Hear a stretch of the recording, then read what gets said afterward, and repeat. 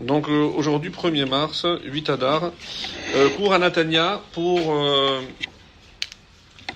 réfléchir et nous préparer de la meilleure façon possible à non seulement ce Shabbat, qui s'appelle Shabbat Zachor, mais aussi à la fête de Purim. Donc j'imagine que vous avez eu des cours de préparation à Purim. Alors est-ce qu'on peut encore innover, apprendre des choses sur Purim? Toujours. Surtout que c'est la seule fête où il écrit Lo Yassouf Mizaram. Elle ne disparaîtra pas de votre descendance. De là, les Chachamim disent, comme c'est écrit par un prophète, Mordechai était un prophète, donc c'est une fête qui ne disparaîtra jamais. Quoi, Pessah, oui, toutes les autres, oui. Si ce qui est écrit. Alors, certains disent, si vous réfléchissez, regardez, dans le mot Purim, je peux voir déjà toutes les autres fêtes. Pourquoi? Parce que c'est Pessah. Et Pessah va toujours avec une autre fête, c'est Sukkot. Pourquoi? Parce que Sukkot, c'est dès qu'on est sorti, Dieu nous a protégés. Donc Pessah, ve Sukkot. Après Resh, Rosh Hashanah. Yud, Yom Kippourim, même Matan Torah. Donc j'ai tout. Dans Purim, il y a tout. Mais c'est pas uniquement dans les lettres. Il y a une délivrance comme celle de Pessah. Il y a un jugement, parce qu'il y avait un décret, comme à Rosh Hashanah. Il y a eu le pardon comme un Kippour. Et il y a eu le don de la Torah. Oui, qu'est-ce qui a marqué dans la Megillah? Ki yemu vekiblu. Ils ont accompli et ils ont accepté. Les Chachamim disent, c'est pas logique. D'abord j'accepte et ensuite j'accomplis. Non. Ils ont accompli ce qu'ils avaient déjà reçu. Quand est-ce qu'on l'a reçu? Au Sinaï. Mais au Sinaï, comment on l'a reçu? Disent nos maîtres, par la contrainte, par la force, parce que Dieu avait renversé la montagne. Et alors qu'à Purim, on a accepté par amour. Donc l'acceptation de la Torah à Purim est supérieure à celle de Matan Torah. Donc on a toutes les fêtes. Et Sukkot, évidemment, comme on va le voir, parce que Dieu nous a protégés, même lorsqu'on est à l'extérieur, Dieu a continué à nous protéger. Alors, il y a une halakha qui dit qu'à Purim, on doit se déguiser. Et le Rama, Rabbi Moshe Isserles. Alors je vous présente qui est le Rama. Vous savez que lorsque le Shulchan Aruch a été écrit par Rabbi Yosef Karo, qui habitait à Tzfat, au même moment, en Europe, il y a un autre Rav qui s'appelait Rabbi Moshe Isserles, par les lettres Rama, Rabbi Moshe Isserles, mais eux, les Ashkénazes, ils prononcent Rema.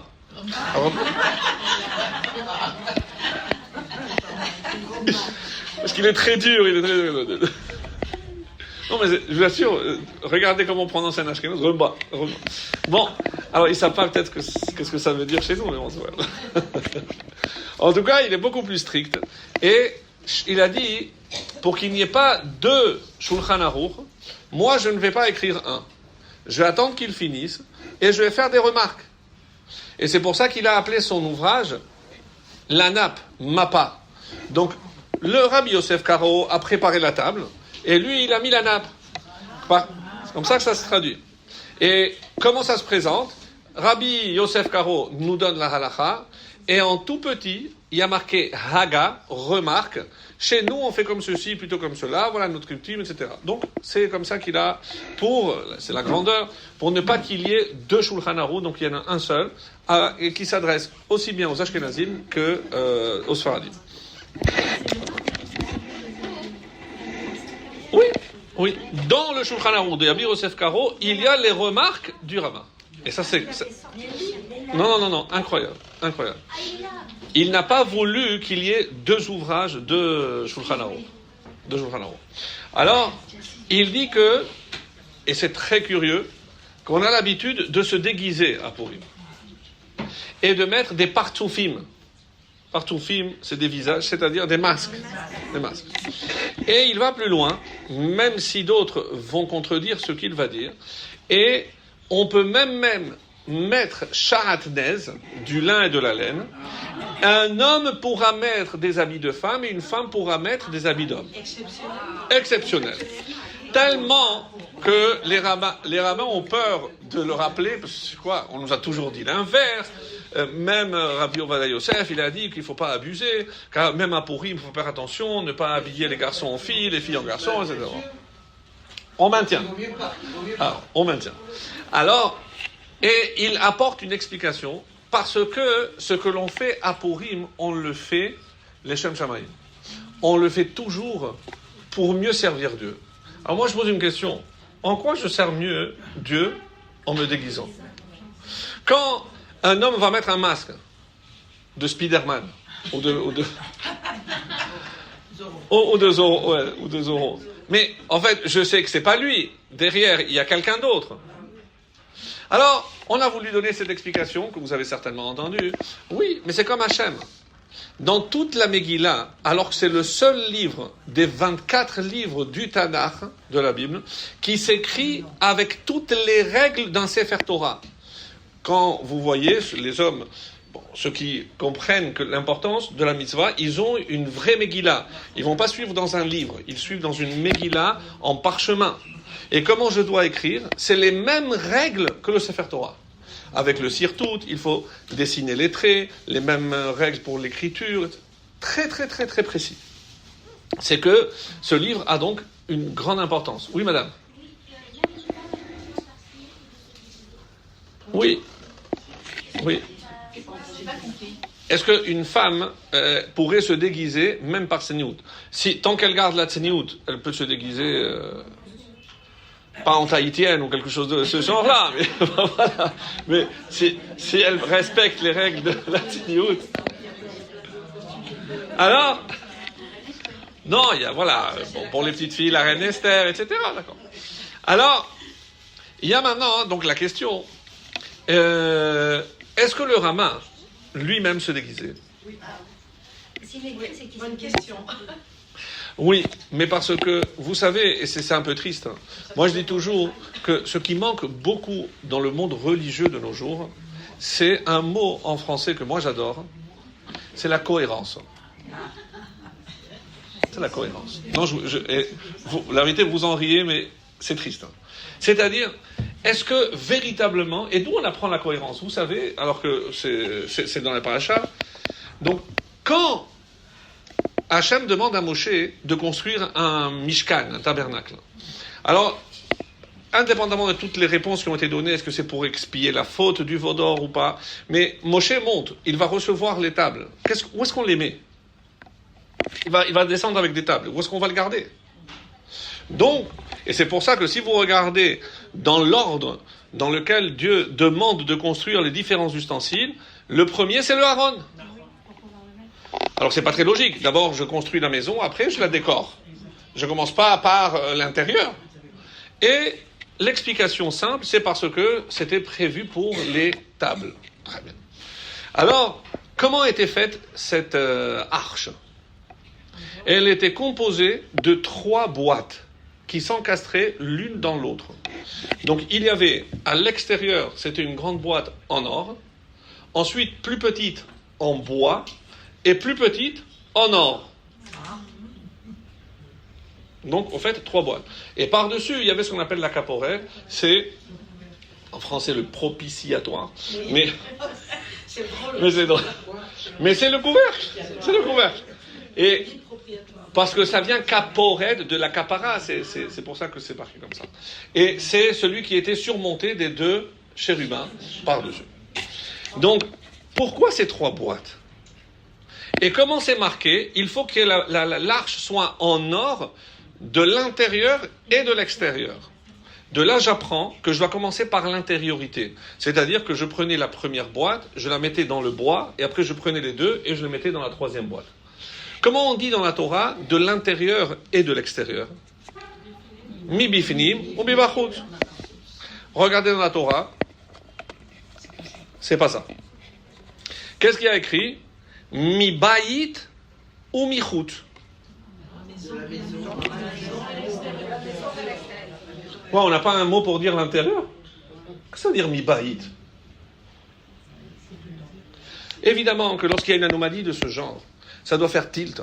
C'est pourquoi la Torah appelle l'intérieur la maison. Évidemment que la maison c'est quelque chose qui est intérieur, mais l'or c'est quelque chose qui brille. Que l'homme doit briller à l'extérieur comme à l'intérieur. Et quand je parle du mot cohérence, ça veut dire je ne peux pas faire semblant dehors et pas à l'intérieur. Et quand j'entends avec beaucoup de tristesse que ceux qui ont voulu fonder cet État sont permis de dire on peut être juif à l'intérieur et un homme à l'extérieur. Donc, c'est inconcevable. C'est inconcevable. Ça, on arrive à des aberrations, comme on les a connues, bon, Hachem, plus maintenant ici, mais les gens qui disent non, moi à la maison je mange kasher, mais à l'extérieur, il a deux estomacs, il sort, il change l'estomac. Je comprends pas, c'est pas le même estomac? Je comprends pas. C'est triste. C'est triste. Donc, le maître mot de cet enseignement, c'est la cohérence. Et pourquoi alors? Parce que c'est le matériau évidemment le plus noble. Mais c'est curieux qu'on mélange du bois à l'intérieur. Parce que... Pardon? Oui. On dit que c'est du bois d'acacia, bon, peu importe. Mais tout le monde comprend que l'or, c'est quelque chose de solide.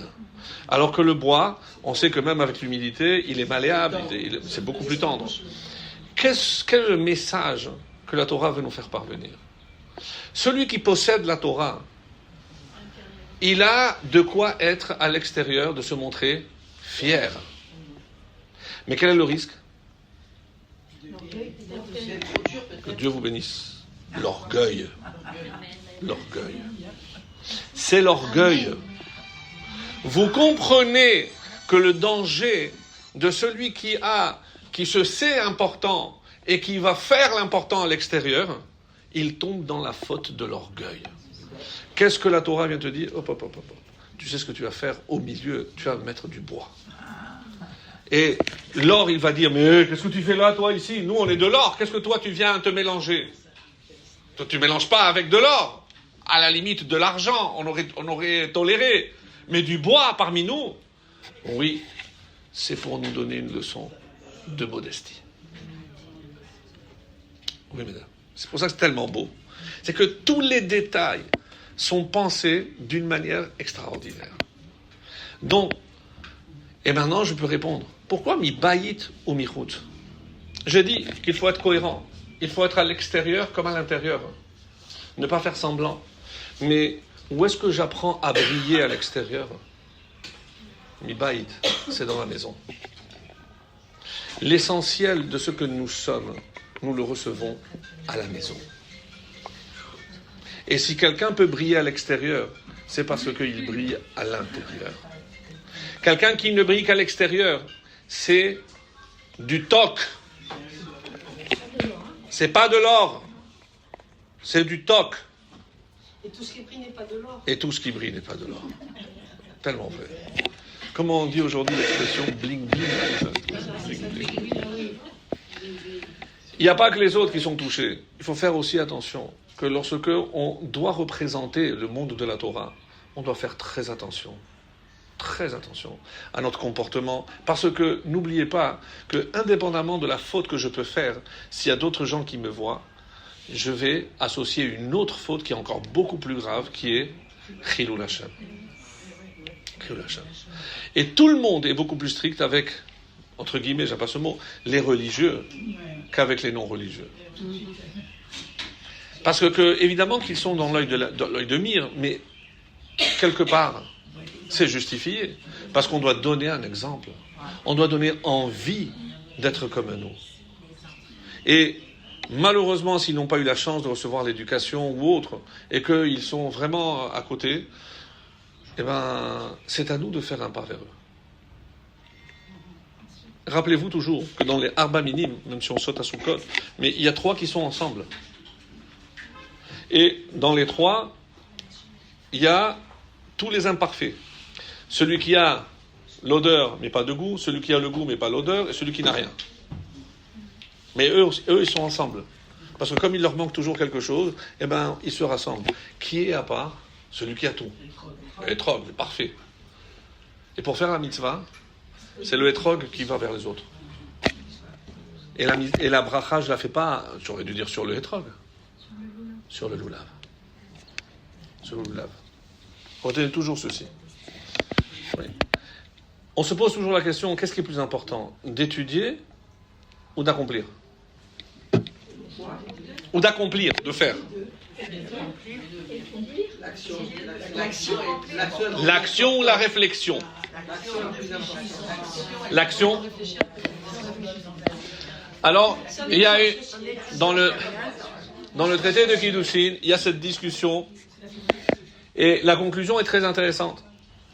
Parce que vous avez raison. Vous avez dit l'action, vous avez raison. Vous avez dit la réflexion, l'étude, vous avez raison. Les deux. Réfléchir, c'est une action. Non, réfléchir, c'est pas une action. Alors, je sais ce que veut dire madame. Si je pense à faire quelque chose de bien, même sans l'avoir fait, Dieu le compte comme si je l'avais fait. Là oui. Là oui. Si j'ai pensé faire une faute, Dieu, dans sa grande gentillesse, alors, et il ne nous compte pas comme une mauvaise action. Sauf Si on agit. pour la Avodah Zara. Pour la Avodah Zara. Si on pense à Avodah Zara, on dit tellement que ça a la force d'effacer toutes les mitzvot que j'ai faites. Très très grave. Et certainement vous vous demandez, mais oui, mais aujourd'hui ça n'existe pas la Avodah Zara. Détrompez-vous. Détrompez-vous. Je vous donne deux ou trois exemples. Qu'est-ce que c'est aujourd'hui la Avodah Zara? Non.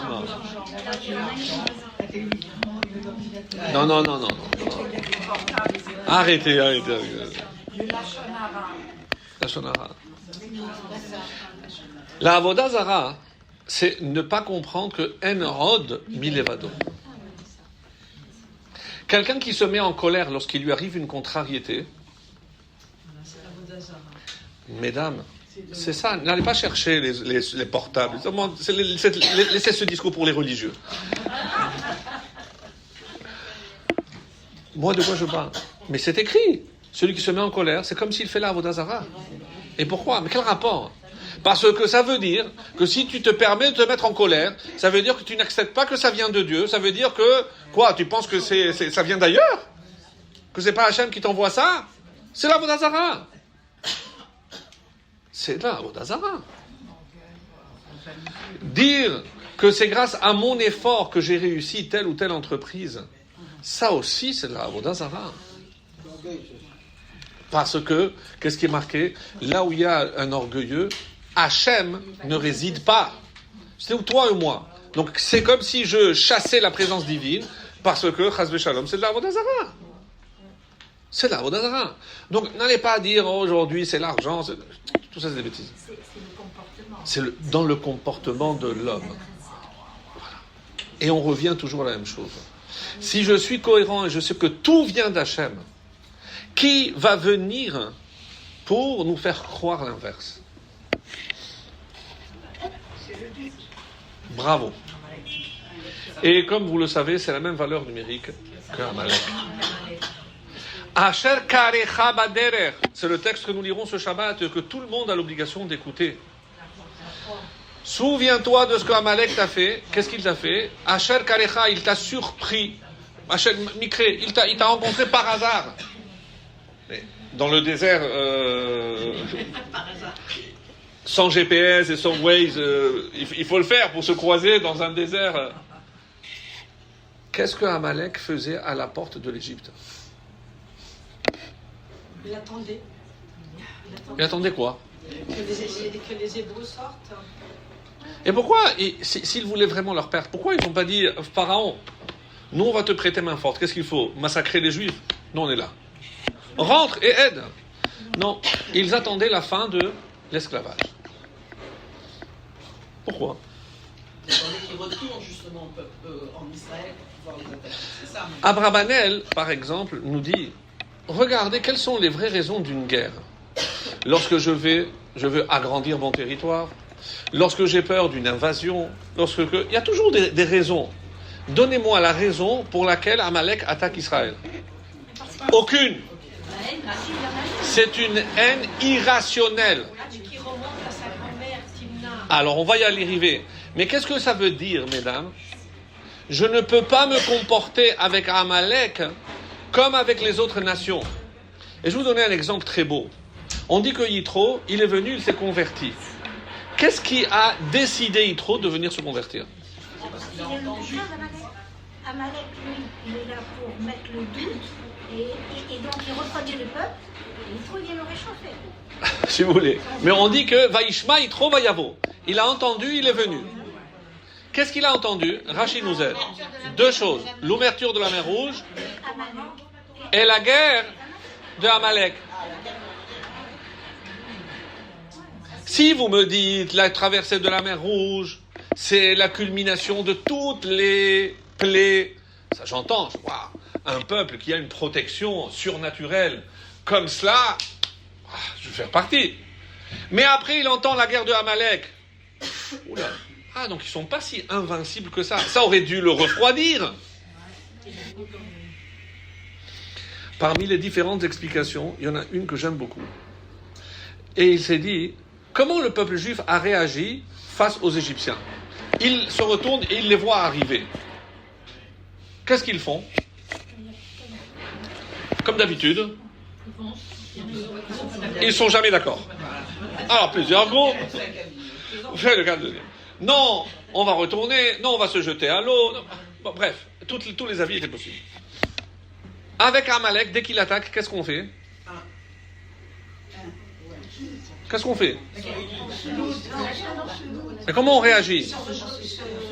On se défend. Alors, Yitro ne comprend pas. Attends, je ne comprends pas. Quand les Égyptiens... Parce que s'il n'y avait pas eu la guerre de Amalek, j'aurais dit, ils sont incapables de se défendre. Mais la guerre de Amalek, j'ai vu que, oui, ils se sont battus. Et pourquoi ils ne se sont pas battus alors avec les Égyptiens? C'est le corps, c'est la force. Vous avez repris la force. Beaucoup plus simple et tellement beau que c'est ça ce qu'on doit retenir pour nous les Juifs. Le Talmud le dit dans une expression magnifique. Un Juif est incapable de cracher dans un puits dans lequel il a bu. Un Juif ne crache pas dans un puits où il a bu. Quand on était perdu et il y avait la famine, on est descendu, on était 70. Aucun pays ne voulait nous donner des visas. Et on est allé voir le pharaon. Il a dit, bon, allez, je vous accepte. Le pharaon nous a donné des visas illimités. Bon, allez-y. Avec Yosef, tout ce que vous voulez. Mais, au début, ils nous ont bien traités. Après, malheureusement, ils ont eu peur, comme partout. Ça s'est toujours passé pareil. Au début, on nous accueille le bras ouvert et après, on nous tombe dessus. Partout. Partout. Mais qu'est-ce qui a marqué? Par Hakarat Hatov. Ne serait-ce que pour le bien que l'Égypte nous a fait, on ne pouvait pas se défendre. Et un peuple qui est capable de ne pas faire du mal à ceux qui les ont fait souffrir, ça, c'est un peuple auquel je veux appartenir. C'est une madriga. C'est exceptionnel. Mais lorsque je vois ça, je ne comprends pas maintenant la haine à l'égard de Amalek. Il faut l'effacer, il faut les tuer, il faut jamais oublier. Aïe, aïe, aïe, aïe, aïe. Pourquoi? Parce que lorsqu'il y a un mal irrationnel, une haine irrationnelle, je ne peux pas me comporter de manière rationnelle. Avec ceux qui veulent notre destruction, je ne peux pas me montrer gentil. Gentil. Le gros problème de ce pays, c'est que les premiers c'était des Ashkénazes, mais eux n'ont jamais eu affaire à des Arabes. Donc ils ne savent pas comment ça fonctionne. Ils leur ont dit non, on va leur donner. Et maintenant ils veulent tout Jérusalem, on leur a donné un quart. Non, ça n'a pas de fin. Ça n'a pas de fin. Il n'y a pas de fin. Tant qu'on n'a pas compris la mentalité de nos ennemis, on ne pourra pas le surmonter. C'est impossible. Oui, mais ils ne font pas le nécessaire. Ils ne font pas le nécessaire. Pas suffisamment. Pas su- Pas suffisamment. C'est... Mais les Jordaniens n'ont pas voulu, les Libanais n'ont pas voulu. Pourquoi c'est à nous de le coltiner? Parce que c'est marqué dans la Torah. Alors, Ishmaël, c'est parce que Ishmaël, Dieu nous écoutera. Il faut des fois quelques motivations pour que l'on prie, pour que Hachem nous écoute. Maintenant, il y a un autre problème, d'après la halakha. Qui est Amalek?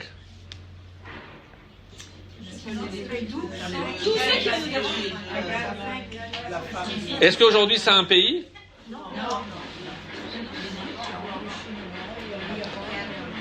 Lorsque le Talmud dit halakha, Yaakov, Esav sonnait Yaakov.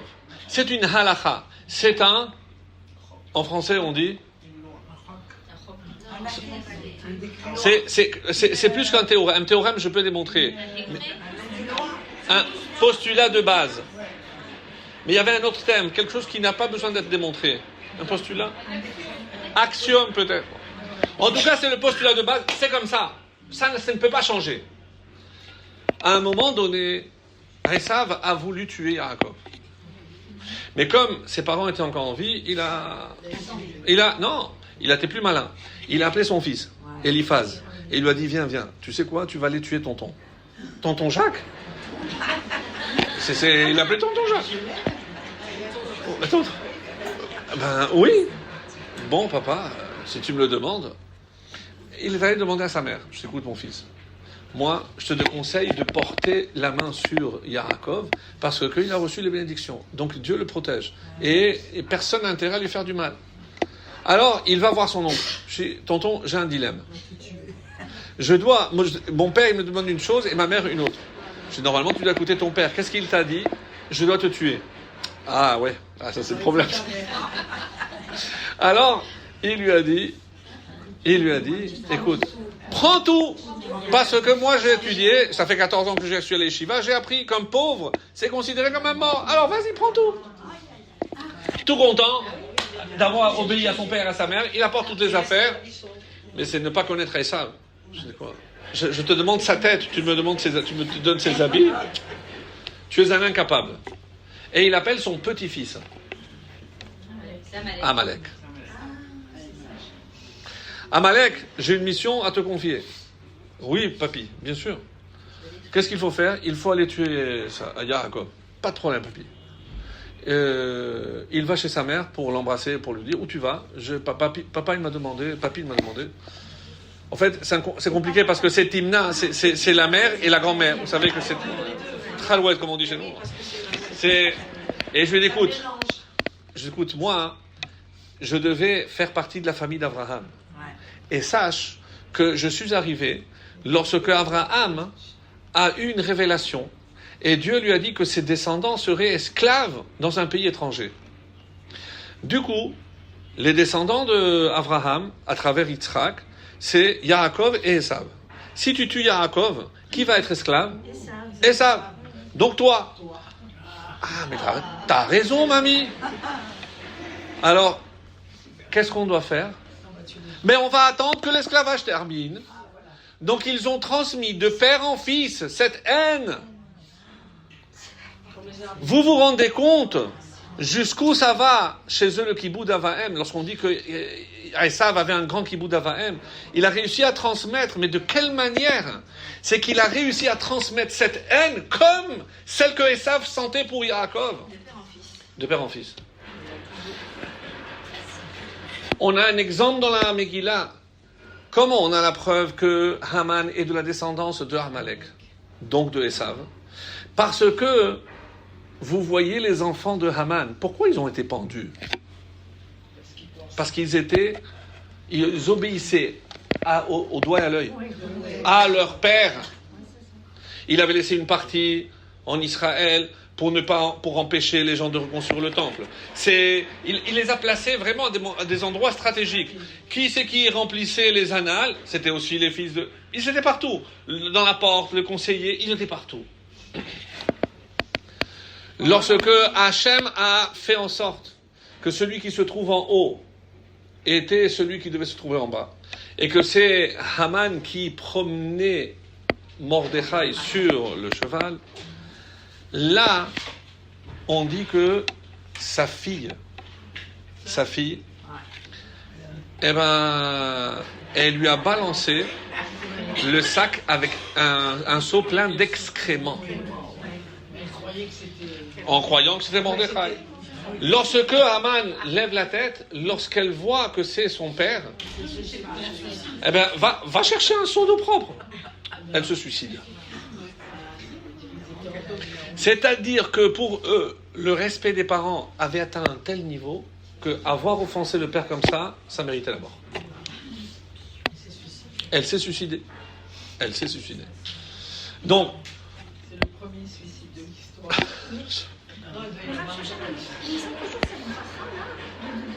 le respect des parents, Oui. Ils l'ont toujours jusqu'à présent. C'est quoi? pas Esav. Pas Esav. Non.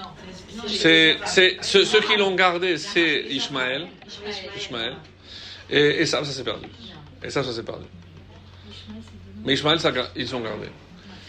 Ce que je voulais vous dire, c'est quelque chose d'un peu dérangeant. Mais la Torah nous dit que Esther, elle était orpheline. En la av vaem. Elle n'avait ni père ni mère. Mais qu'est-ce que ça veut dire orpheline? C'est ni père ni mère. C'est comme jeûner pour moi, ne mangez pas et ne buvez pas. Mais qu'est-ce que ça veut dire jeûner? Ne pas manger, ne pas boire. Il y a des fois des répétitions qui sont inutiles. Et évidemment qu'elles viennent forcément nous enseigner quelque chose. Forcément. Alors, pourquoi la Megillah insiste-t-elle sur le fait que le papa d'Esther était mort quelque temps avant sa naissance? Et la maman, au moment de l'accouchement. Donc, elle n'a connu ni son père, ni sa mère. Pourquoi? Parce que pour faire face à Haman, qui avait un niveau de Kiboud Avvaem, comme aucun juif ne pouvait atteindre, si on voulait faire mieux que Haman dans le respect des parents, la seule solution, c'est de ne pas en avoir. Je vous avais dit que c'est dur. Vous imaginez. Incroyable. C'est que la seule façon de remporter sur Haman, parce que en ayant des parents, jamais on n'aurait pu atteindre le niveau de Haman. Et on n'aurait pas pu le vaincre sur ce terrain. Sur ce terrain-là, il était imbattable.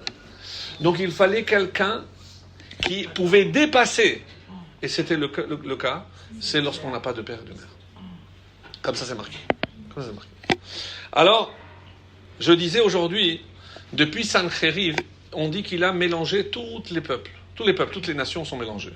Donc aujourd'hui d'ailleurs, c'est pour ça qu'on dit dans la Gemara qu'à la fin des temps, Dieu va séparer, il va dire, puisque Hachem, lui, oui, il connaît, et il va prendre les 70 nations et il va juger une par une. Et pour l'instant, Amalek est mélangé. Donc je ne sais pas qui est Amalek. J'ai des preuves que Hitler, sans l'ombre d'un doute, était un descendant d'Amalek. Ça, puisqu'il a eu la même idée, et détruire le peuple juif. Ça, il y a des preuves de cela. Et que le dernier qui a été pendu, il a dit Purim en 1947. Donc, il connaissait parfaitement l'histoire.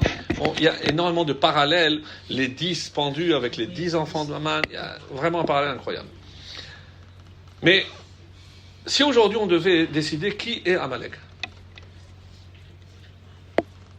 vous avez dit les doutes. Quel doute? Si Dieu existe? Donc de quel doute? Est-ce qu'il faut garder la terre? Est-ce qu'il faut la rendre? Alors, vous savez, est-ce qu'on peut poser des questions? On peut poser des questions? Les questions sont permises dans la Torah? Toutes les questions? Oui. Sans hésitation. Je peux poser toutes les questions. Mais qu'est-ce qui est interdit? Les doutes dans quel domaine? Vis-à-vis du comportement de Dieu sur terre. Vis-à-vis du comportement de Dieu sur terre. Parce qu'on se pose des questions. Pourquoi 1,5 million d'enfants? Pourquoi 2 jeunes, les pauvres, de 20 ans? Pourquoi tellement de questions? On a des questions. Quelle est la différence entre les questions qui sont légitimes et les questions qui sont interdites?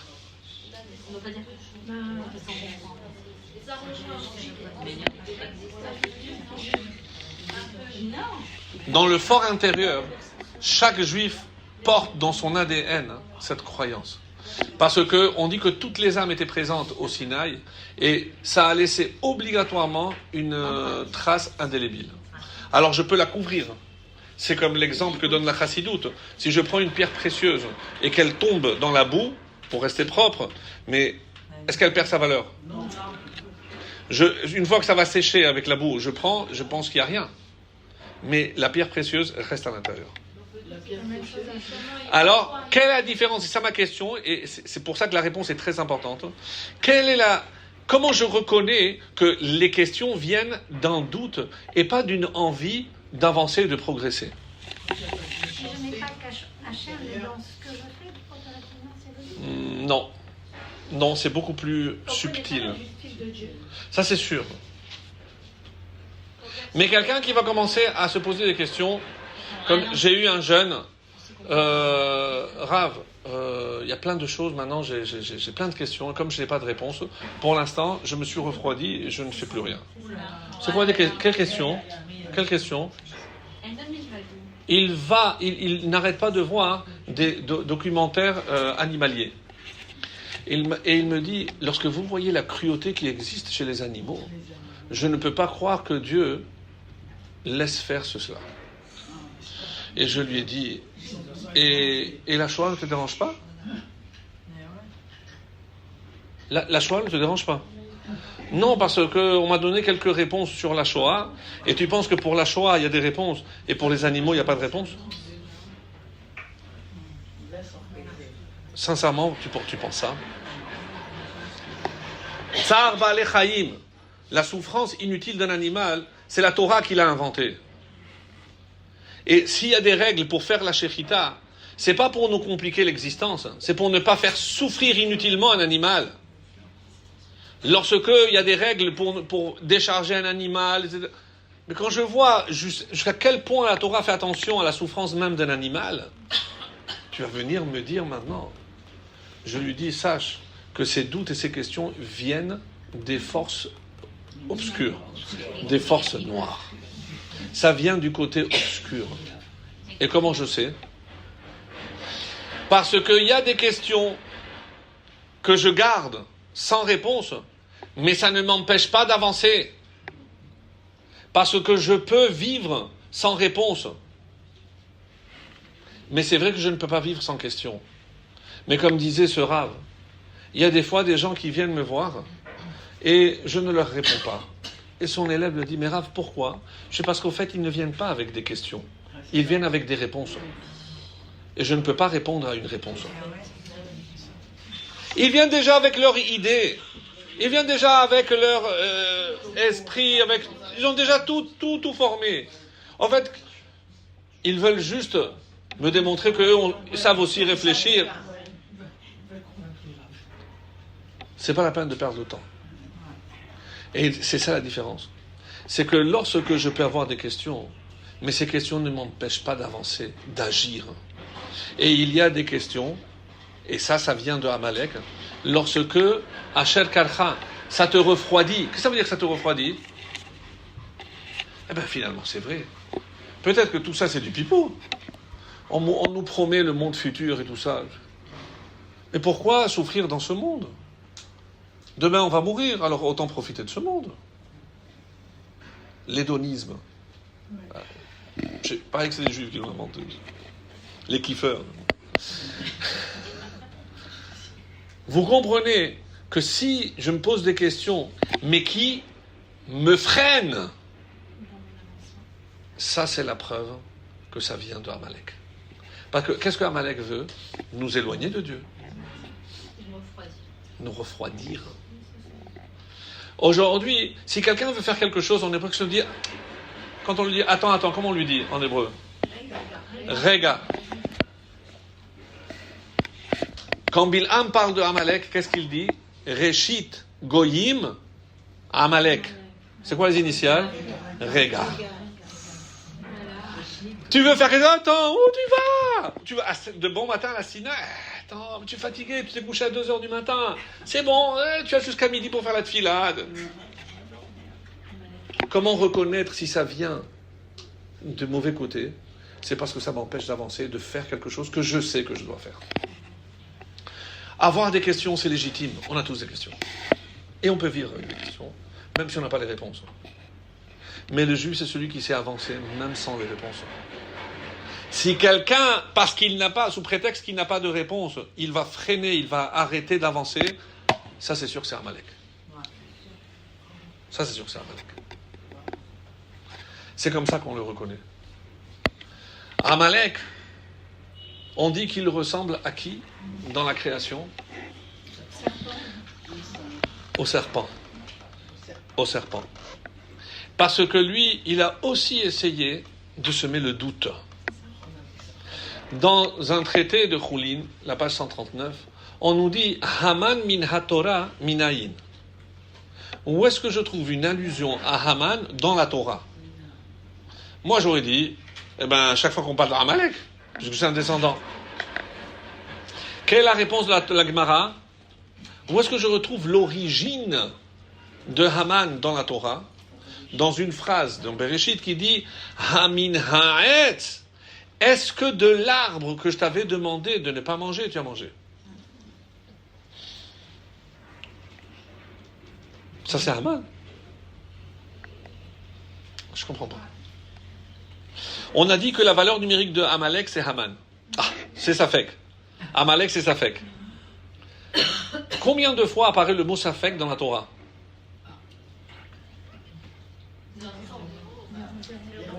Le mot Safek n'apparaît pas dans la Torah.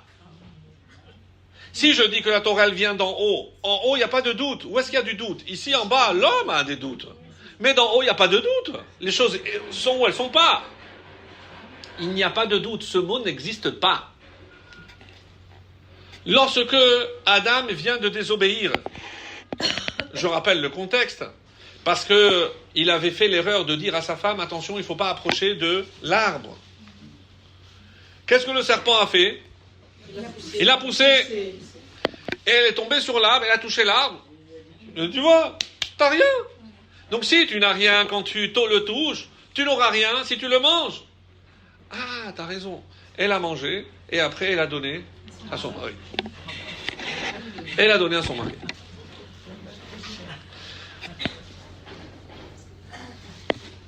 Hachem se présente. Où tu es, Adam? Il s'est caché. Ayeka, où tu en es? Qu'est-ce que tu es devenu par rapport à ce que j'ai créé? Et il lui dit, Haminaet, est-ce que tu as mangé de l'arbre? Mettez-vous 2 instants dans la tête de Adam et vous écoutez cette réponse. Est-ce que tu as mangé de l'arbre? La réponse évidente, c'est quoi? Oui. Oui. Non. Ça, c'est ce qu'il a répondu. Mais oubliez le texte. Hachem nous découvre en flagrant délit. Il lui dit, quoi? Tu as mangé de l'arbre que je t'avais interdit? Ah! Mais enfin, Hachem, tu le sais. Qu'est-ce que tu me demandes? Tu sais tout. Ah, Hachem, il me demande si j'ai mangé. Peut-être qu'il ne sait pas tout. Le doute. Peut-être qu'il ne sait pas tout.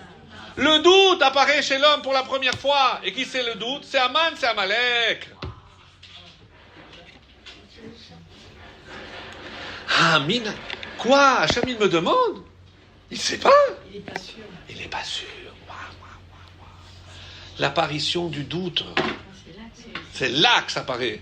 Quand est-ce que l'essence même, on ne parle pas de Haman, le mot Haman, l'essence de Haman se met le doute. Quand est-ce que le doute apparaît pour la première fois chez l'humain? C'est à ce moment-là, lorsque Dieu lui pose cette question. Et maintenant j'ai tout compris. Quand Esther, elle fait le festin, le premier pour l'inviter pour le deuxième. À un moment donné, le roi, il sort dans le jardin. Vous connaissez l'histoire. Il sort dans le jardin et il est encore plus énervé. Le texte ne dit pas pourquoi. Pourquoi? Parce qu'il a vu là-bas, c'est qui vous êtes? Nous sommes les enfants de Haman. Et qu'est-ce qu'ils sont en train de faire? Ils sont en train de couper tous les arbres. Parce qu'il avait un jardin magnifique. Fait quoi? C'est Haman qui vous a donné l'ordre? Oui. Il rentre et là, qu'est-ce qu'il voit? Haman sur Esther. Quoi? Comment il est tombé sur Esther? Qui l'a poussé? Un ange. On dit que c'est l'ange Gabriel, il l'a poussé. Mais de quoi il se mêle, l'ange? Mais de quoi il se mêle? Depuis quand les anges se mêlent de ce qui se passe en bas? Et il le pousse. Je reviens au Rama. Qu'est-ce qu'il a dit, le Rama? Qu'il faut se déguiser. Pourquoi? Parce que dans la Megillah, tout le monde est déguisé. Tout le monde Est déguisé. Ils ne sont pas ce qu'ils paraissent être. D'abord, le premier qui est déguisé, mais très bien déguisé, parce qu'on ne le voit même pas, c'est Dieu lui-même. Il n'y a pas le nom de Dieu. Mais on sait qu'il tire les ficelles. Pourquoi il a pas pu dormir cette nuit-là? Pourquoi Vashti a trouvé la mort et de toutes les filles, on prend, excusez-moi, avec tout le respect que je vous dois, une vieille de 70 ans, aussi belle et bien conservée soit-elle. Je veux dire, bien, il y avait des jeunes filles quand même, je sais pas. Elle avait 70 ans. 70 ans. Elle était fraîche comme Alors, peut-être qu'il... Elle était fraîche comme une fleur. Non, Chazé Shalom, Chazé Shalom. Alors,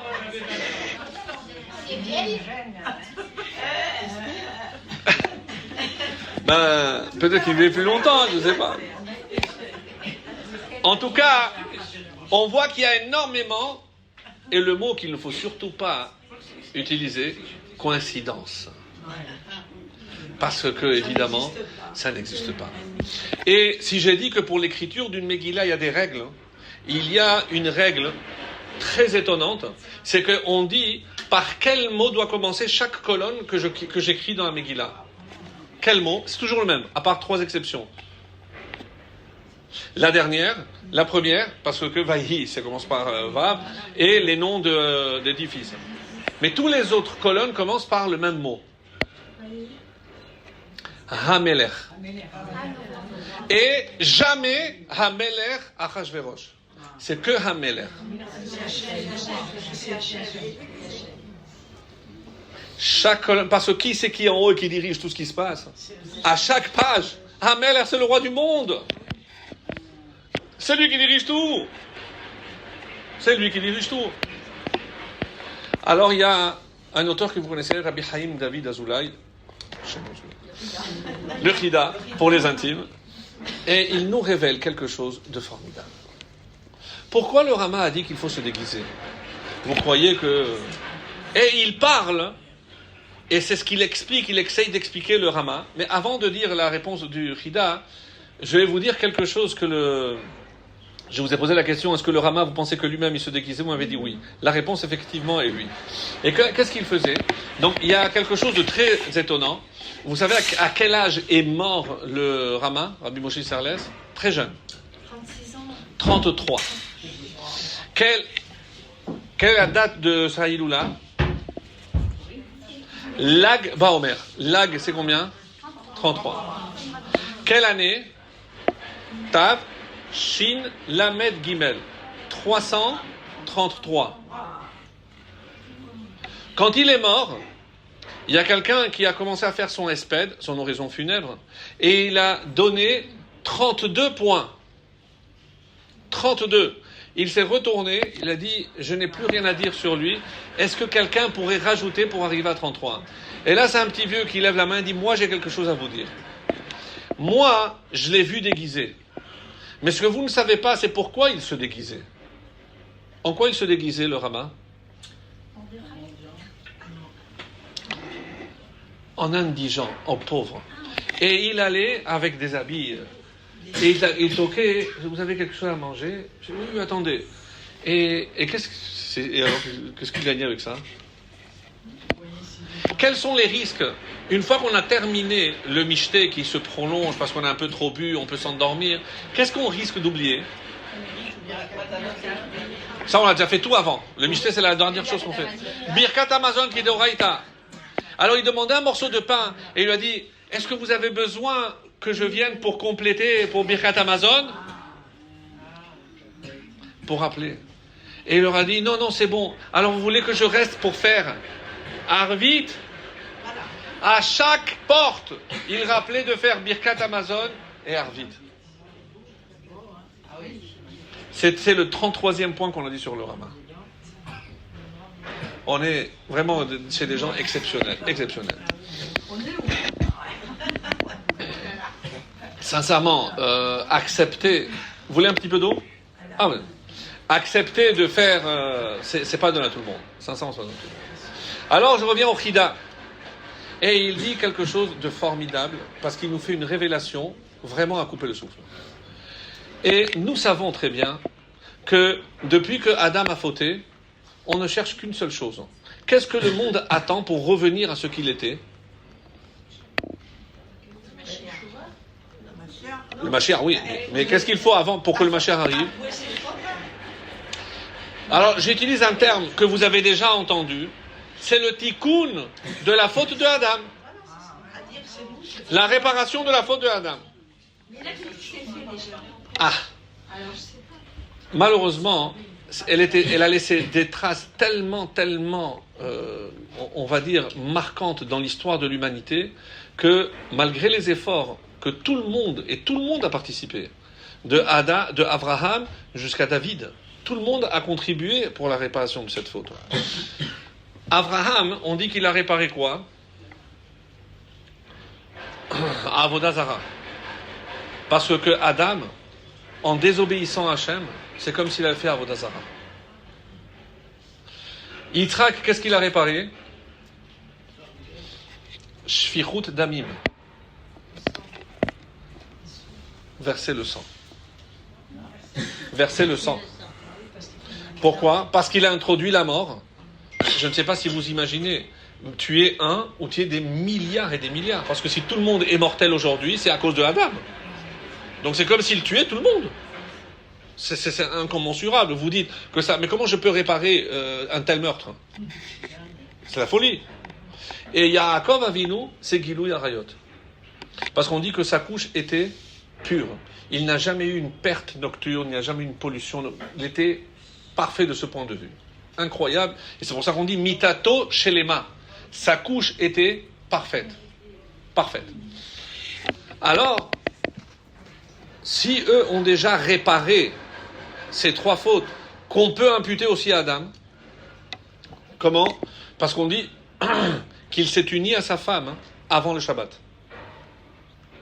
Le Harizal dit que Adam aurait dû attendre le Shabbat pour s'unir à sa femme.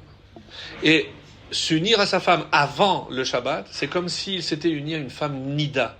Et ça fait partie des harayot, des relations interdites. C'est très grave. Très, très grave. Et pourtant, il avait déjà des relations avec sa femme avant. Puisque le serment des avons Quand il venait de naître. On parle du 6e jour. Il vient d'être créé. C'est le 6e jour. Bon, il y a plusieurs versions.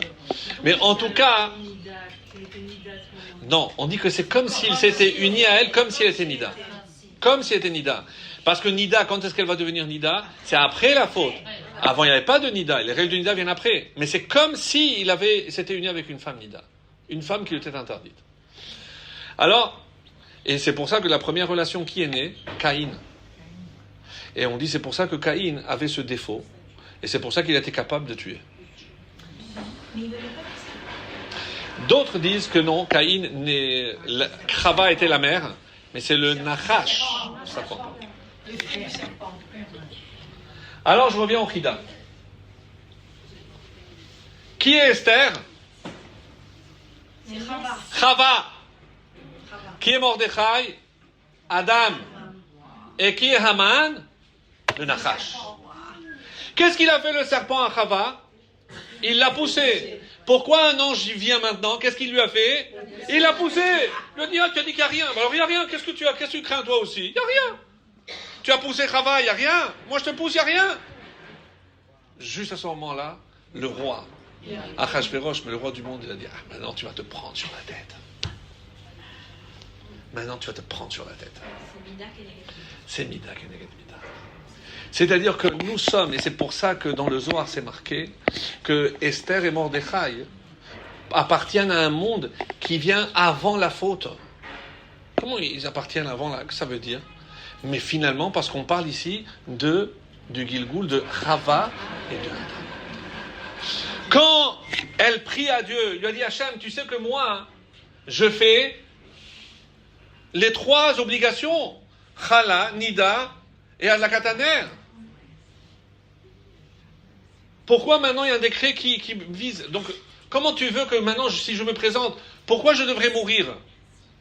Pourquoi pas? Parce que si je fais le tikkun de Chava, pourquoi Chava fait Nida? Parce qu'elle s'est unie à son mari. Ou Satan au serpent. Pourquoi elle...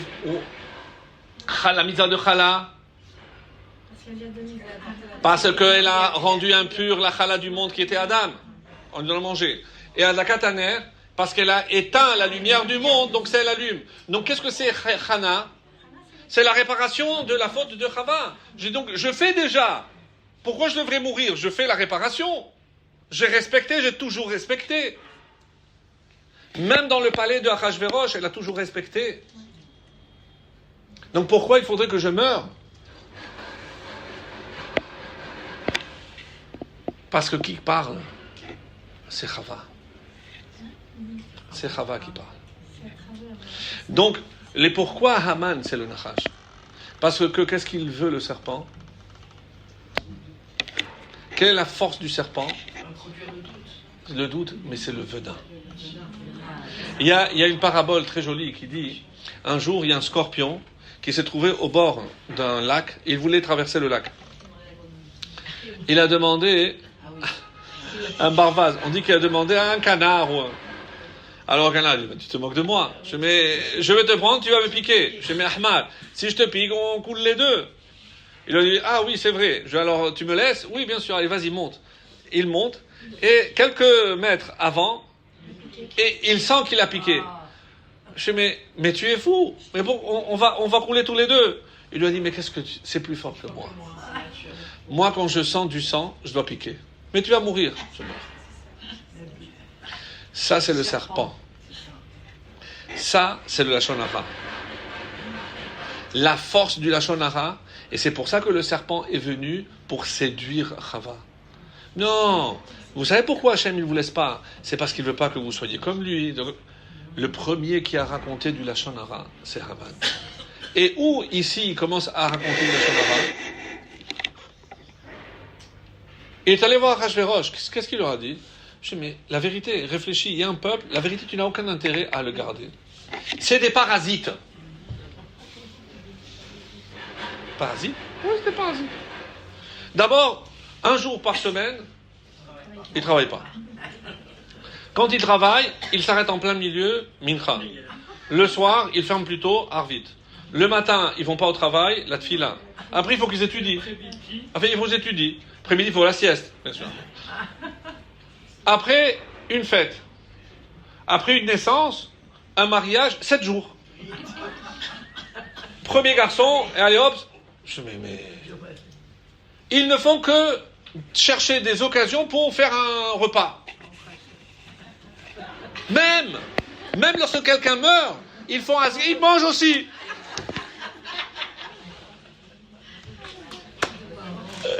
Alors, ce qui est vrai. Il n'a pas tort. Et Hachem, il écoute ça. C'est un rachat comme toi. Sache que grâce à toi, ils vont avoir encore une fête, et laquelle la mitzvah, le michté, ils vont manger et boire à ta santé. À toi. Pourquoi je peux arriver à dire Baruch Haman? Parce que grâce à lui, on a une fête encore, et on mange et on boit. Il y a un rachat. Si tu voulais ça, ben tu vas l'avoir. C'est pour ça qu'il l'a eu. Pourquoi il a cherché à pendre Haman? Pourquoi il n'a pas empoisonné? Parce qu'il a cherché toutes les morts. Abraham, il voulait pas, Isaac, Jacob. Il voulait pas le là, c'est lui qui l'a pris. Oui, mais d'abord, vous savez pourquoi Mordechai avait refusé de se prosterner? Alors on dit parce qu'il est de la tribu de Binyamin, que Binyamin ne s'est jamais prosterné. Mais qu'est-ce qu'il faisait chaque fois qu'il passait devant? Il ne se courbait pas devant. Lever la jambe. Lever la jambe. Alors il y en a qui disent qu'avant, les soldats, aujourd'hui la plaque, elle est accrochée. Avant, les soldats avaient une plaque en bas, au talon. Ça se met. Il y en a qui disent sous la semelle, il y en a qui disent sur le pied. Les deux faisaient partie d'une campagne militaire pour le roi Ahasverosh. Et il leur avait donné des vivres aux deux, et chacun devait s'occuper de conquérir une certaine partie. Au moment du retour, Haman vient voir Mordechai, et lui dit, écoute, on n'a plus de vivres, et on n'a pas de quoi se nourrir pour tout le retour. Est-ce que tu peux me donner? Je dis non, moi j'ai assez pour moi, je te donne pas. Je dis, mais écoute, mes hommes et moi, on va mourir. Il faut que tu fasses quelque chose. Qu'est-ce que je vais dire au roi? Une condition. Si tu acceptes d'être mon serviteur. Tu acceptes? Ben, j'ai pas le choix. Très bien. Alors, comme il n'avait pas, donc il a pris sa plaque de soldat, où il y avait son nom, numéro, etc. Il a tourné, il a dit, écrit, moi, Haman ben Hamedata, fils descendant de Agag, j'accepte d'être pour jusqu'à tous mes jours au service de Mordechai, etc. Chaque fois qu'il passait, ni, t'en parles? Tu veux que je me prosterne devant toi? C'est toi! Il est là. Ça les tue. Il est écrit aussi que Ahasverosh avait une haine des Juifs encore plus que... Pourquoi? D'où ça vient? Les Juifs étaient à son service. Les Juifs sont de bons sujets. Là où ils étaient tolérés, ils contribuaient à l'essor de l'économie, de tout, l'industrie. Partout où ils ont été, ils ont toujours tout développé, ils ont tout apporté. Que ce soit au Maroc, que ce soit en Espagne, au Portugal, en Angleterre, en France, partout. Et comment ça s'est soldé toujours? Expulsion. Dans les meilleurs des cas. En Allemagne. Et quand il était marié à Vashti, pendant un certain nombre d'années, ils n'ont pas eu d'enfants. Alors, ils n'ont pas eu d'enfants. Vashti était stérile. Et il a fait appeler ses devins, ses astrologues, etc. Je veux que vous voyez dans les astres qui va me succéder sur le trône. Tac. Un juif. Quoi? Un juif? Ça veut dire quoi? Que ce peuple va finir par se révolter, ils vont faire un coup d'État, et ils vont prendre et mon pays et mon trône. Alors là, ça va mal. Donc, quand Haman se présente avec un projet tout fait, tout ficelé, je dis non, garde ton argent. J'attendais que quelqu'un le fasse. Moi, je ne peux pas. Parce que j'ai peur quand même de toucher à ce peuple. J'ai vu mes prédécesseurs, Balthazar, il est mort, Nebuchadnezzar, il s'est transformé en animal. Je ne veux pas. Moi, je ne vais pas prendre de risque. Mais toi, prends le risque. Haman, tiens, prends l'argent. Lorsque le deuxième festin, qu'est-ce qu'elle fait, Esther? Elle révèle. Parce que cette fameuse nuit, il n'arrivait pas à dormir. Pourquoi il n'a pas réussi à dormir? Il a fait un rêve. Qu'est-ce qu'il voyait dans ce rêve? Haman levait l'épée et vouloir le tuer. Chaque fois, Haman? Je ne comprends pas. Si Haman est en train de préparer un complot, comment ça se fait que personne n'est venu me le dire? Peut-être que comme j'ai fait preuve d'ingratitude vis-à-vis de quelqu'un qui m'a sauvé, et si les gens ils se disent de toute façon ils ne récompensent pas, alors il n'a qu'à crever. Amenez-moi les annales. Je veux voir s'il y a quelque chose que je n'ai pas fait, que j'aurais dû faire. Et il commençait à lire. Et qui était là-bas? On dit Shimshai, un des fils de Haman. Et chaque fois qu'il arrivait à cette partie, il tournait la page. Et venait l'ange Gabriel, hop, il retournait la page. Il retournait. Il l'a arraché, et elle est réapparue. Et comme il ne voulait pas la lire, il y a marqué Nikréou, ça a été lu. Il y a une voix céleste qui est venue lire. Pour qu'il entende. Je sais quoi? C'est Mordechai qui m'a sauvé. Il appelle ses serviteurs. Dites-moi, qu'est-ce qui a été fait? Quelle récompense j'ai donnée? Et à lui, rien. Mais l'autre, ils ont montré, parce qu'à ce moment-là, qui est-ce qui rentrait dans la cour? L'autre. Alors, il était penché, donc il n'a pas vu. Ils ont montré comme ça, ils avaient peur de Haman. Ils ont montré là-bas. Je dis, qui est dans la cour? Haman. Maintenant je comprends. Mordechai est celui qui m'a sauvé. Et je ne l'ai pas récompensé.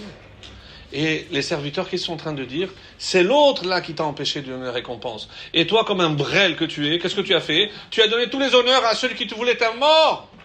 Parce que Bigtan et Teresh, ils étaient commandés par qui? Ouvre les yeux. C'était des eunuques. Qu'est-ce qu'ils vont gagner dans l'affaire? C'est Aman qui attendait ta place. Quand il a, lui, recommandé de tuer Vashti, parce qu'il pensait mettre sa fille, il avait des idées. Ah. Donc finalement, c'est Haman qui a fait tout ça. Et qu'est-ce qu'il voulait, comment il voulait le tuer? Par la pendaison. Pourquoi? Alors le Midrash dit, parce qu'il a vu que de l'eau, ils ont été sauvés, du feu, ils ont été sauvés. À la pendaison, mais il a eu peur. Pourquoi? Parce qu'il y avait une norme, je crois qu'elle existe toujours, bon, aujourd'hui il n'y a pas de pendaison, mais dans le western c'était comme ça. Si vous avez... Donc si jamais on pend quelqu'un, mais que la corde elle lâche, il est libéré. C'est tout ce qui me manquait, que je vais essayer de le pendre et il va se sauver encore. Hachem, il va trouver le moyen de couper la corde. Alors même si la corde, elle lâche, 50 amot, presque 30 mètres, là, j'assure sa mort. Où est-ce qu'il va trouver maintenant une poutre de 50 amot? Alors il y en a qui disent que c'est de l'arche de Noé. Et comment ça a atterri ici? Parce qu'un de ses enfants, il était là-bas, dans la conquête, et ils avaient eu accès aux restes. Parce qu'il y a eu des restes, on les a retrouvés, et il a pris un souvenir, il a pris une poutre de 50 amot. Et il a offert à son père. Qu'est-ce que son père a fait avec cette poutre?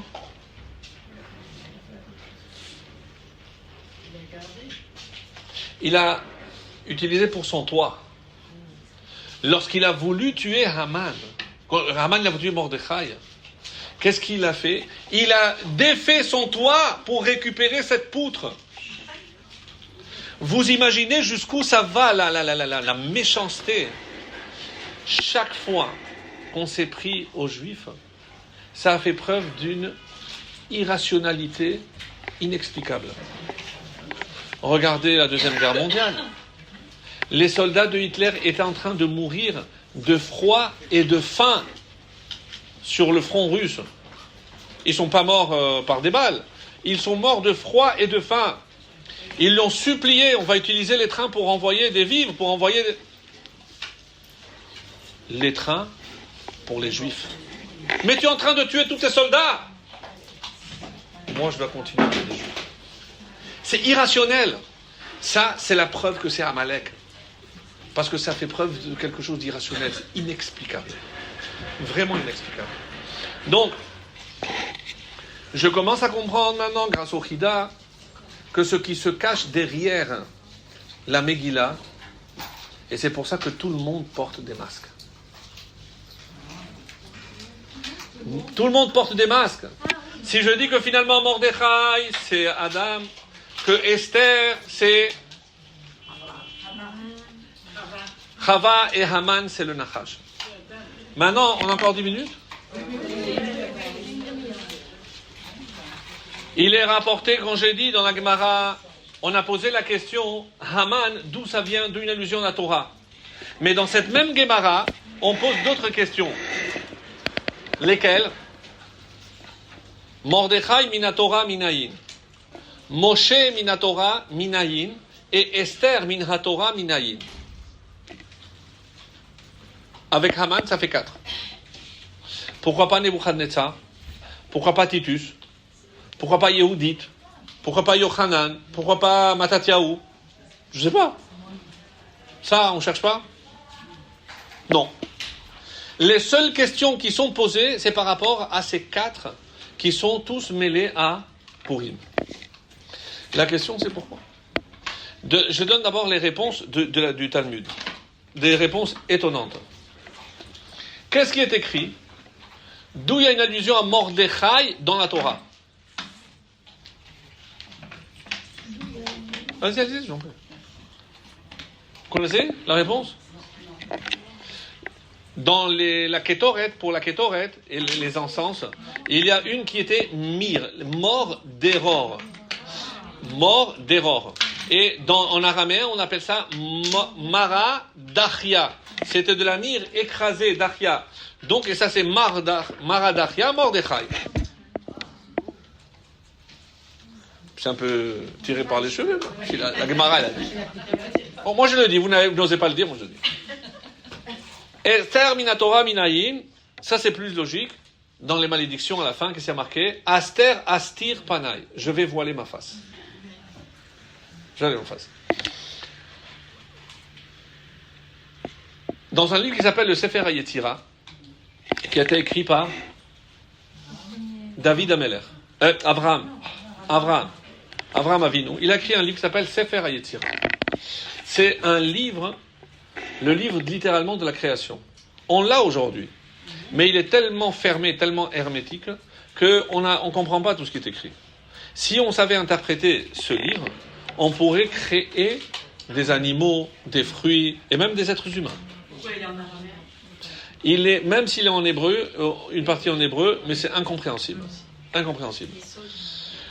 C'est que ça fait partie des choses extrêmement profondes, secrètes. C'est la vraie Kabbalah très très très haute. Et on dit, qui c'est qui avait ce livre? Les enfants de Yaakov. Vous vous rappelez, lorsque Yosef les a accusés de quoi? De manger Ever Minachai, de prendre le membre de l'animal qui était encore vivant. Il les a accusés de parler à des filles qui n'étaient pas mariées, ça se faisait pas. Et quelle est la réponse? C'est qu'ils avaient utilisé le Sefer HaYetzira pour créer un animal, et comme c'est pas un vrai animal, donc on peut le manger sans shechita. Et tout ce que l'homme crée, même un être humain, ne peut pas parler. Parce que Ruach Memalela, il n'y a que, comme un clone, il n'y a que Hachem qui peut donner la parole à l'homme. Et donc ces filles-là n'étaient pas de vraies humaines. Donc ça c'est pour vous montrer de quoi on parle ici. Sefer HaYetzira, et on dit que le visage de l'homme représente les 12 mois de l'année. Le Harizal après aussi va expliquer. Bon, je ne connais pas toutes les correspondances. Je sais par exemple que les yeux, c'est Tammuz et Av. Les 2 mois de malheur, parce qu'on fait souvent une mauvaise utilisation, hélas, des yeux.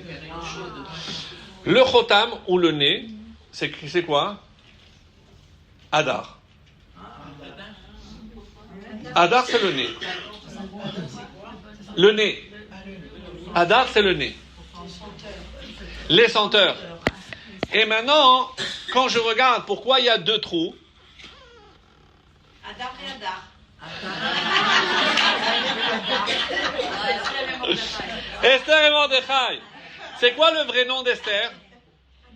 Hadassah, c'est quoi? C'est la myrrhe, c'est l'odeur. Et mort, c'est la myrrhe, c'est aussi l'odeur. Donc les 2 sont liés à l'odeur. Incroyable. Je remonte encore au Gan Eden. On dit que le Mashiach, il va juger à l'odorat. Comme ça, marqué. Mais nous, on se prend pour le Mashiach. Pourquoi? Parce qu'il y a quelqu'un qui... Celui-là, je le sens pas.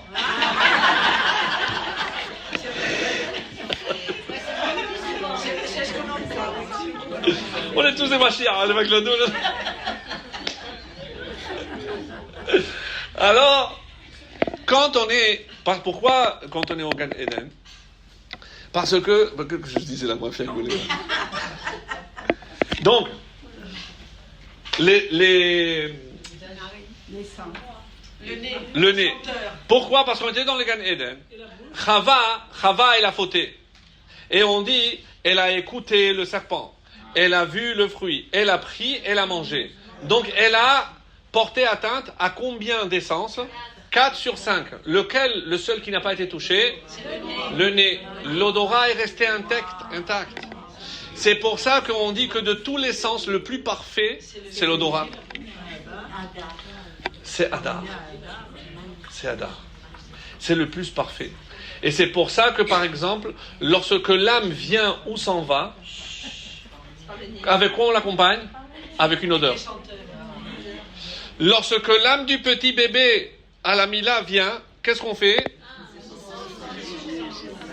Et c'est pour ça qu'il faut toujours donner aussi au petit bébé. Moi, je touche toujours au bébé. Parce que c'est l'âme. Évidemment, l'Abdallah, parce que avant Shabbat, l'âme arrive. Et à la fin de Shabbat, l'âme s'en va, donc on l'accompagne. Non, mais il y a certaines personnes, j'ai appris dans un cours qu'il fallait sentir le vendredi soir. Oui, parce que c'est le moment où l'âme arrive. C'est pour ça que je dis. Et comment on fait? Quand on arrive, quand on rentre de la Sina, les hommes, qu'est-ce que la première chose qu'ils doivent voir? Faux. Sa femme. Sinon.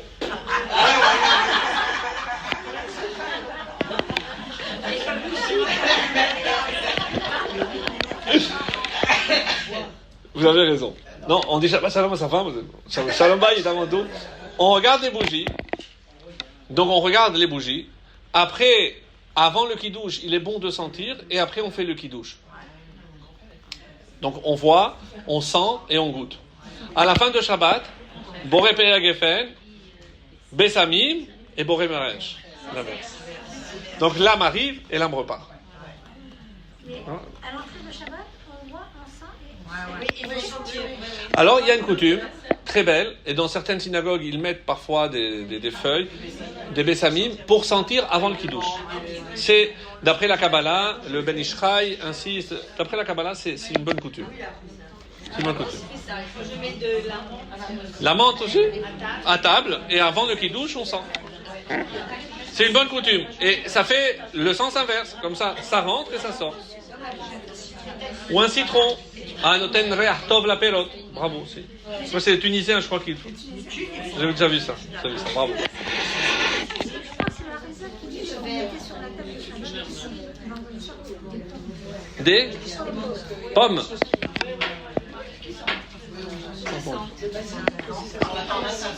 Alors, maintenant que vous savez tout sur l'odeur, et on dit, c'est pour ça que la Gemara elle pose la question, pourquoi je dois faire une bracha sur l'odeur? Sur tout le reste, parce que je dois réparer, mais sur l'odeur, on dit parce que qui profite? Quand je mange, je vois, quand je vois, il y a des choses belles, je fais une bracha, mais quand je sens quelque chose, qui profite? L'âme. Et il y a marqué Kol ha-neshama te'alelka. C'est la réponse de la Gemara. Que même lorsque la neshama elle profite, il faut aussi faire une louange. C'est pour ça que je fais une bracha, même pour les senteurs. Le décret a été signé en bas par le roi. Rien de ce qui se passe en bas ne peut avoir lieu si ça c'est pas entériné.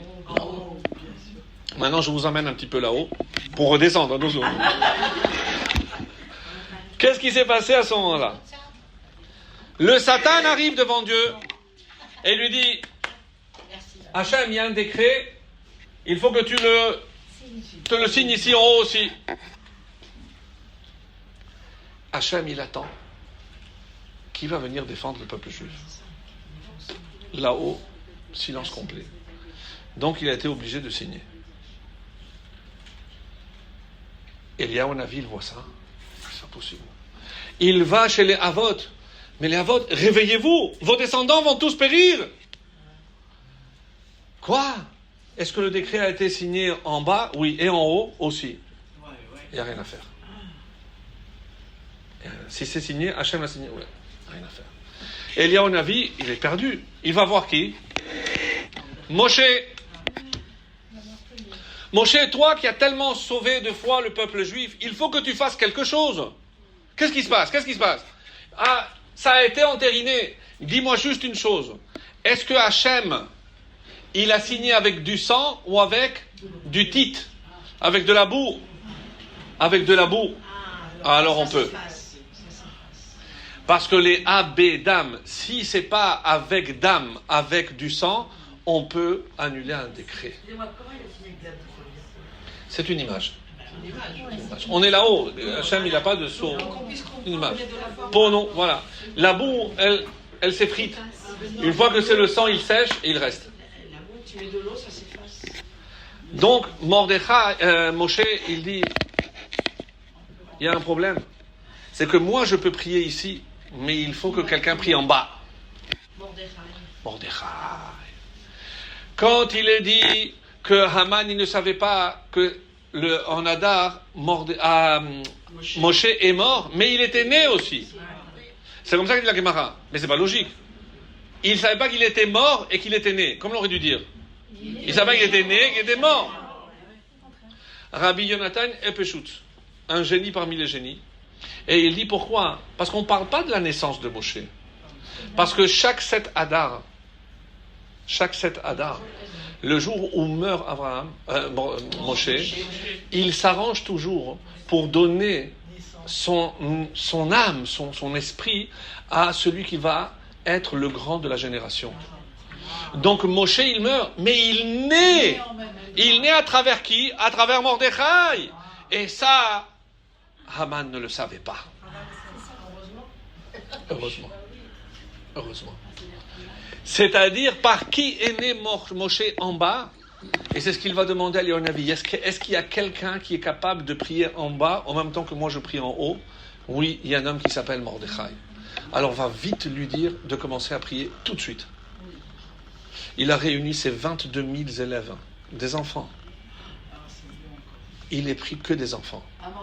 Et Mordechai, il a pris 22 000 enfants. Il n'enseignait pas. Non. Quand le jour, on dit que c'est quel jour qu'il a signé? C'était en Nissan. Quand est-ce qu'ils ont jeûné? C'était à Pessah. Et à Pessah, donc l'El Shimurim, Hachem, il nous protège. Donc lorsque les enfants ont commencé à pleurer, leurs mamans sont venues parce que Haman est sorti, il a vu Mordechai avec les enfants, il les a enchaînés. Et il a dit à ses soldats, vous restez ici, dès que je vous donne l'ordre, avant de tuer Mordechai, je veux qu'ils voient comment vous allez égorger les 22 000 enfants. Oui, mais c'est la même chose. Les pleurs de ces enfants sont arrivés. Hachem, il a dit, mais c'est qui ces agneaux, ces chevreaux qui pleurent? Eliyahu Navi, mais Hachem, c'est pas des agneaux, c'est tes enfants. C'est tes garants de la Torah. Quoi? Oui, regarde. Laila Hazé, Nadeda Shenat HaMelech. Et là, cette nuit-là, c'était laquelle? La nuit, l'El Shimurim, celle où Dieu nous protège. C'est là où il a envoyé le rêve, c'est là où il a envoyé tout ce qu'il faut. C'est là où Haman a vu la chute, et c'est comme ça qu'il a compris que c'était sa fin. C'est pour ça que nos maîtres nous disent que Purim, on ne peut même pas imaginer la force de la prière le jour de Purim. Quand on dit Yom Kippurim, c'est qui est comparé à qui? Kippour est comparé à Purim. C'est pas l'inverse. Yom Kippurim, le jour de Kippour, la force. Mais alors qu'on prie toute la journée. Et qu'est-ce qu'on fait à Purim? On mange, on boit, on est heureux, on s'entre-aide. Mishloach Manot. C'est la seule fête où il y a des mitzvot vis-à-vis de Dieu et vis-à-vis de l'homme. Vis-à-vis. C'est la seule fête qui va rester. Comme on a dit, on a commencé par ça. J'étais pas là. La Mikra Megillah, la lecture de la Megillah, c'est faire la louange de Dieu, c'est vis-à-vis de Dieu. Pourquoi je mange? Pour remercier Hachem des miracles qu'il m'a fait. Et les deux autres mitzvot, Mishloach Manot, c'est Ben Adam Lachavero. Et la halakha dit, surtout celui qui n'est pas tellement mon chaver, celui avec qui j'ai pu avoir un petit différend, c'est à lui que je dois envoyer. Et Matanot la Evionim, comment je peux me réjouir s'il y a dans mon peuple des personnes qui ne peuvent pas se réjouir? Et c'est pour ça qu'on dit que c'est la fête la plus complète. Parce qu'il y a des mitzvot pour Hachem et des mitzvot vis-à-vis de l'homme.